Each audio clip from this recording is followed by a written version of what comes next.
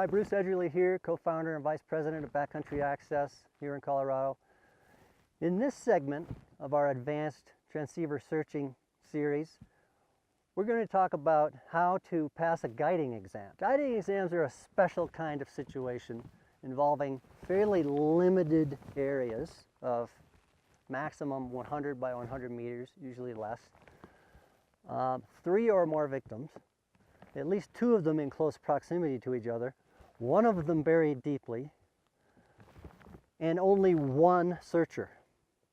So in a guided group, that would be the guide, and he would use his guests and maybe some additional resources as they came in to help excavate after the pinpointing phase of each victim. For this kind of scenario, we suggest a hybrid technique that involves both micro search stripping and using our advanced functions, either special mode or signal suppression or big picture. The key to these kinds of scenarios is really to eliminate terrain. To cover the terrain thoroughly with smaller search strips and not committing to any one signal until you know you're close. It's very easy, if you're not disciplined in this kind of searching, to just go for the first signal, but there's a risk. There's a risk that even though that signal is down the hill, it could have a better antenna orientation or stronger batteries than one closer but with worse orientation or weaker batteries or just an old transceiver that's not getting picked up as well. If you keep a disciplined search strip and a signal search that's tight, you're not going to miss any one signal, and you can rule out terrain as you move down through the debris pile.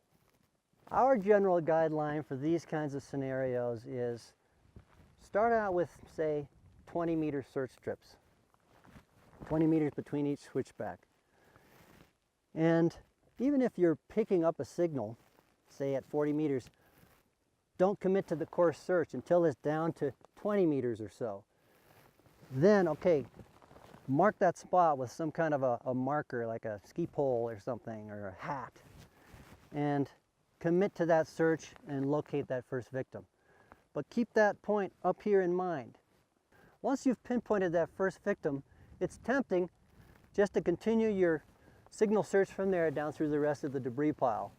But there is a possibility that there's another one really close, and if you're searching based on signal strength, there's a possibility that you could miss a nearby signal if it's kind of behind the one you just found. That's why each time we find a victim, we want to use either big picture or special mode to look and see if there's any really close nearby.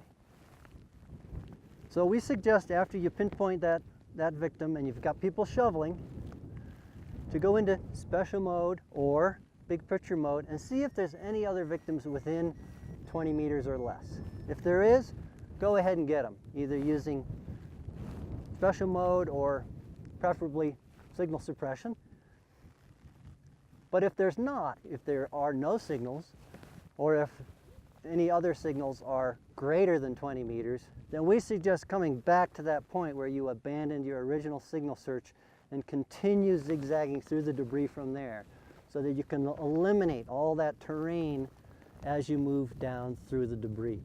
Keep in mind that as you do zigzag down through that debris, you're going to pick up the signals that you already found, but there's people digging there, so you know that you've already found those. So just stick to those search strips and keep moving down through the debris until you're done.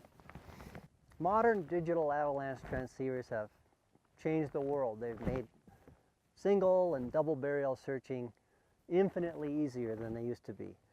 But once you start getting 3, 4, 5 or more victims out there, anything can happen. We found that relying on good old-fashioned signal strength searching combined with using your special functions just to identify close proximity situations is the way to go for small area, complex guiding scenario situations. If you'd like to set up a time for some training with a BCA specialist, give us a call or send us an email.